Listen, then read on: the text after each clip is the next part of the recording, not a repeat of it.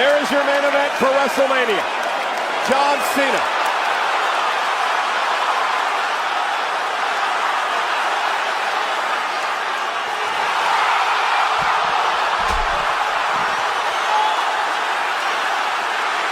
What the?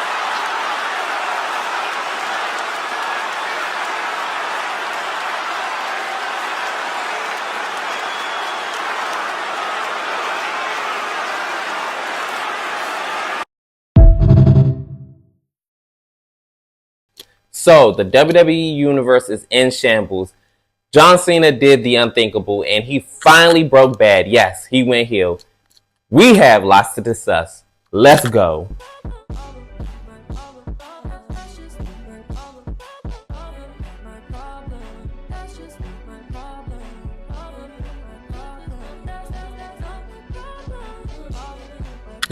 Hey, what's going on YouTube land? It's me, TJ, and welcome to my YouTube channel, Wrestling Nostalgia, and I'm back at it again with part 2 of my review, but not really review, of the Elimination Chamber. So, I'm not even going to get into everything. You could watch part 1 as far as the Women's Elimination Chamber, but this is part 2, and I forgot to talk about the tag team match between Tiffany Stratton and Trish Stratus versus Nia Jax and Candice LeRae. It was a feel-good match, and I'm not going to lie, I love Trish Stratus to death, but honestly, the match didn't really stand out to me, and I'm not going to lie, I really wasn't like all that invested into this match, but it was a good match. It was a decent bout, I'm not going to lie. It could have been on SmackDown, and I would have been perfectly fine with it, honestly. But good match nonetheless, just my opinion. And then the Kevin Owens versus Sami Zayn match was decent. Not gonna lie, I'm kind of over seeing Sami Zayn and Kevin Owens fight. They've been fighting for the past 10 years, literally, and I'm kind of tired of seeing them, like, you know, go at it. But I'm not gonna lie, this was a good bout, but again, I'm just tired of seeing them fight. I already knew that Kevin Owens was gonna pick up the win, and congratulations to him. The only thing I was looking forward to is Randy Orton coming back and getting his pound of flesh, and that was it. And he did come back, and he came back, and he made a big impact. He beat up on Kevin Owens before of course, the referee comes out. And we're going to see if this, you know, leads up to a WrestleMania feud. I'll be all right with that. But let's go ahead and get into the meat and potatoes. So I'm not going to get into, like, every wrestling move and all that other stuff. I'm just going to get right into it. So we have our men's Elimination Chamber match. Of course, you know, it is John Cena, it is Seth Rollins, it is CM Punk, it's Logan Paul, it's Damian Priest, and Drew McIntyre. So all of these men did their thing. They left it in the ring. Unfortunately, Drew McIntyre was the first one eliminated, and then I believe it was Damian Priest. After that, I believe it was Logan Paul, and then I believe that's 3 people, so now it's 3 people down. So as everything is just, you know, the drama just is rising in this matchup. Seth Rollins wound up getting double teamed and ganged up on until it was only John Cena and CM Punk left. And ironically, these two actually had like a very memorable feud. What was it? I want to say 10, maybe 11 years ago at Money in the Bank. And I'm not going to lie, they had like a 5-star classic. And they definitely didn't disappoint. But unfortunately, CM Punk will not, once again, main event WrestleMania. This will still elude him because Seth Rollins winds up curve stomping him onto the steel-plated floor, and then John Cena winds up putting the STFU on him, and he passes out. So therefore, your winner and going to WrestleMania challenging Cody Rhodes is going to be John Cena. So as he's celebrating everything like that, this is when Cody Rhodes come out, and as John Cena is and Cody is embracing and everything like that, yeah. This is when the rock music's hit, and then for whatever reason, Travis Scott music hits, and here he winds up coming out, and I'm gonna get to more of him a little bit later, but he winds up coming out, and then the rock music hits again, and then this is when they come to the ring. I'm gonna just go ahead and make a long story short. The Rock basically says, go ahead and give me your soul, and I'm gonna give you everything you want more. This is when Cody Rhodes says that, hey, you know, I want it all, and already gave my soul up, and it belongs to the fans, and you know what, Rocky, you can go yourself. So I was like, oh, well, sure, damn, you know. Tell them how you really feel. So this is when Cena's all playing, you know, cheerleader, like, yeah, he told him, da-da-da-da. Ciao.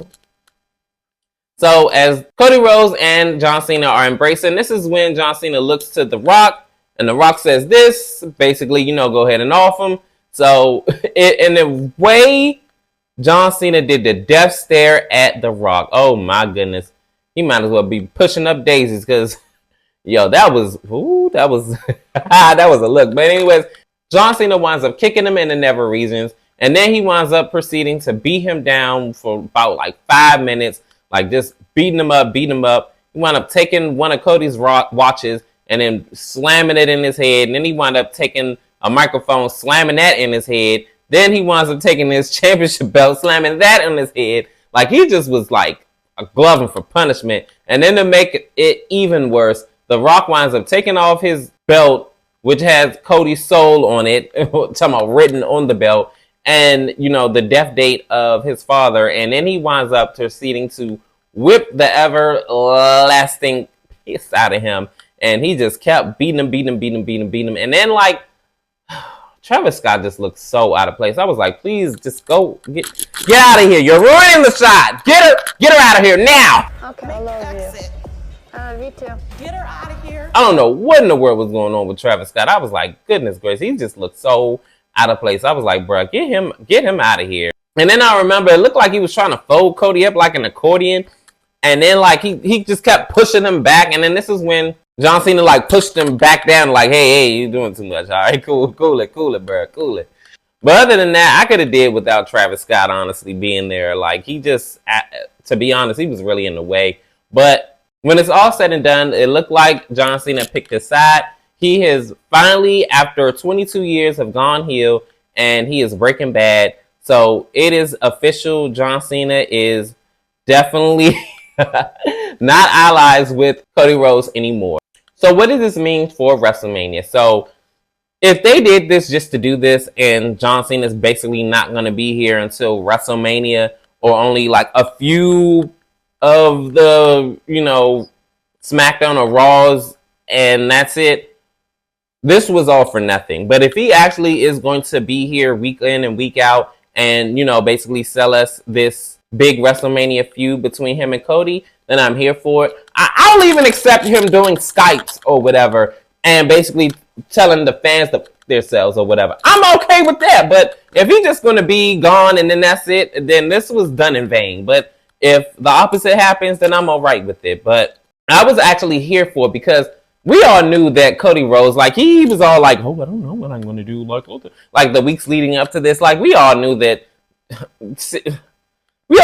Cody was not going to go ahead and accept the offer. So John Cena had to be the heel in this situation because, honestly, a face-and-face thing, I'm going to be honest with you, I didn't want to see it. Like, if neither one of them were going to go heel, I was definitely going to be over this because somebody has to play the bad guy in this build up for the dramatization of it all. You know what I mean? So I was definitely here for the whole John Cena going heel. This is something new, fresh, and exciting, definitely because for years we've been clamoring for John Cena to basically go heel or at least evolve, and he stayed stagnant because of the company, and he was making the most money in revenue, and And I was like, bruh, like, please stop it, because y'all didn't say that when Stone Cold went heel, and that was out of nowhere. Like, nobody seen that coming, honestly. And to this day, I think maybe that's why they didn't do it, because he actually was never the same. But I mean, when he went back, I mean, he still was the butt-kicking Stone Cold Steve Austin that he always been. So I don't know.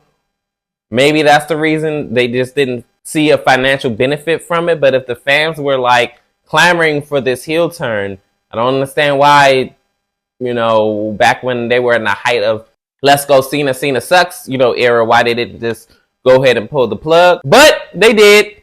And why not? I mean, this is his farewell tour, so you might as well just go ahead and let him be heel. Because, I mean, what else he got to lose? This is his last hoorah. So, but who would ever thought that with the history between John Cena and The Rock, that John would side with Rocky? Like, this is actually groundbreaking because they actually didn't like each other in real life. So for them to pair off with each other, this is a two-man power trip. Like, whoever thought that John Cena and The Rock would ever, like, team up again, because they actually did team up, almost forgot, at Survivor Series years ago, like before their WrestleMania match up that they had. So for them to, you know, have this whole power dynamic again, this is like groundbreaking. And for him to go heel, I was okay with that. I'm all right. But like I said before, if John is not coming or showing up for no weekly shows, Raw or SmackDown, you could go ahead. This was done in vain. But if he does come and basically sell us on this feud, then I'm all right with it. But comment down below. How do you feel about John Cena finally going heel after 22 years? Does this move you at all? Are you sold on the WrestleMania road that we're going to go down? Or you're like, well, this is just shock factor and I don't really care about it. Comment down below. Like, share, subscribe. Help me grow this channel. Your love and support is definitely greatly appreciated. Welcome. Peace. TJ, I'm out. This is one of the most disgusting displays that I've ever witnessed. I don't care how fantastical your imagination is, there is not a soul on planet Earth who You're so pretty.